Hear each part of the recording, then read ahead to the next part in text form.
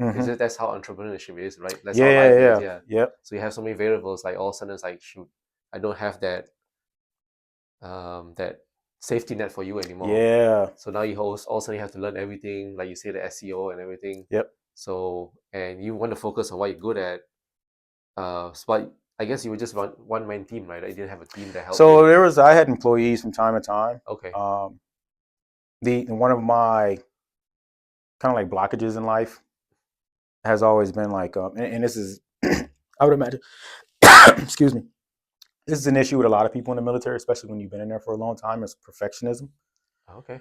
And so and especially coming out of organizations like I was in, like if you're jumping out of an airplane, Yeah. like the smallest the thread on pieces of equipment are important, Yeah. right? And so you get used to that.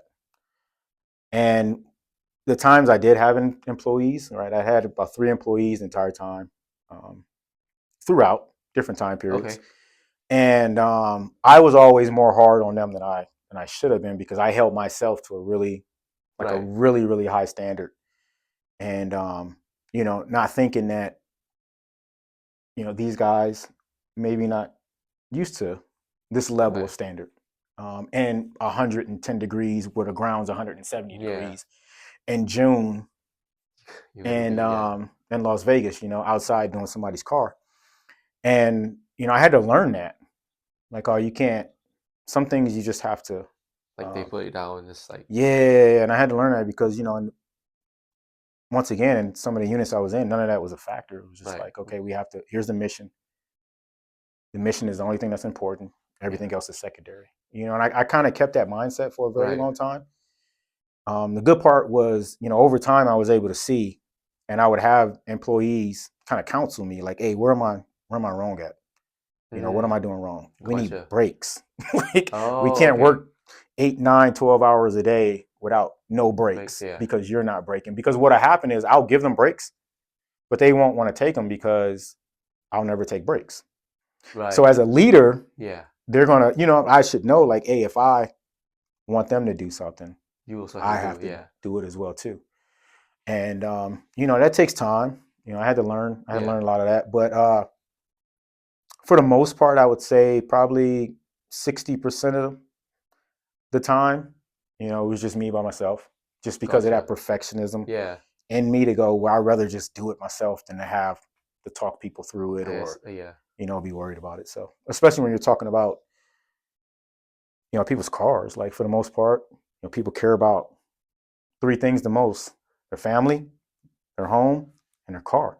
Okay. And none of those 3 things can you play with, Correct. Yeah. So I just, sometimes I took it a little bit too far of Karen, Yeah. and having out those perfectionism qualities that, but it was definitely a learning lesson for me.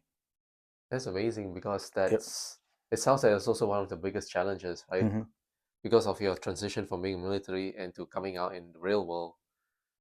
Because I also do see it as well in my line of work, where you put yourself in such a high standard, you want that kind of level of work and like that level of effort, but somebody else that's there, but Yeah. they were hired in a different pay level. Hmm. So you have to understand that that's how they only get up to there. You cannot Yep. just expect them to be at your level. Yeah. Um, but I do see some people also come in, but they put in the extra to be able to grow. And it's also, I think the biggest word right there is like, to me, it sounds like culture.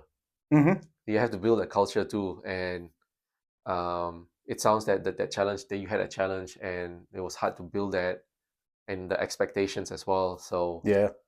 I think that's because I was going to transition to asking you the biggest challenge. So that sounds like a biggest challenge, because like trying to train, Yeah. build a culture. Yep.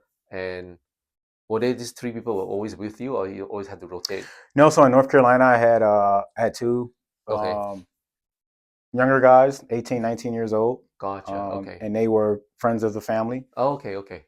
And I didn't. They asked me for the jobs, and once again, it was just like I didn't want to do it, but I knew I Okay. needed help, Yeah.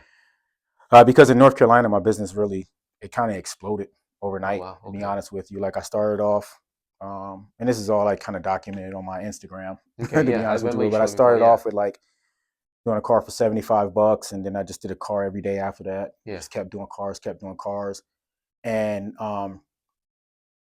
and it literally overnight it went from like 1 to 2 cars a day to 10 cars. Like Wow. it just exploded, and Yeah. it didn't stop. But I already knew we were leaving, so I really put a whole lot of energy into it. Yeah. I knew we were leaving to come to Las Vegas Mm-hmm. once I officially retired, and so I didn't put a lot of energy into it. But it grew out of control. It was, we were doing 8, 9, 10 cars a day, me and 3 of us, to turning down 10 to 15 each day too. Wow. So it was, That was just in North Carolina then. yeah. So I Yeah. had those 2 guys there, amazing dudes. One just graduated college. The other one is he's running his own business right now as well Nice. too. Yeah. So the great part was hopefully, They took I had everything. some kind of Yeah. impact Yeah. Exactly. on them, and I still follow them on on the social media Yeah. sites and just watch their life from time to time, and it's great. And then another guy I met out here, I met his mom out here. She was my real estate um, Okay. agent, and she said her son needed a job. And me being a guy, I'm like, no. But then at the same time, you help find the house that I'm in right now. Yeah. And so yeah, and we did that for probably about 7 or 8 months that we worked Okay. together out here, and opened my world up to him so he can Yeah. Exactly. That see good some experience. Yeah. stuff, because he Mm-hmm. had been working in the casinos for I think 30 years. He's probably military too, Oh, okay. and he had been great guy working in casinos for like 30 years.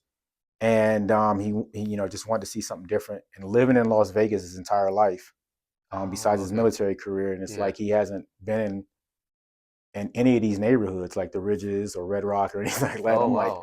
and Okay. I'm in these places every day to where it's normal to me, to be around homes that are 10, $15 million, Mm-hmm. Yeah. And so it was great to get to watch him, experience that Yeah. in a city that he grew up in.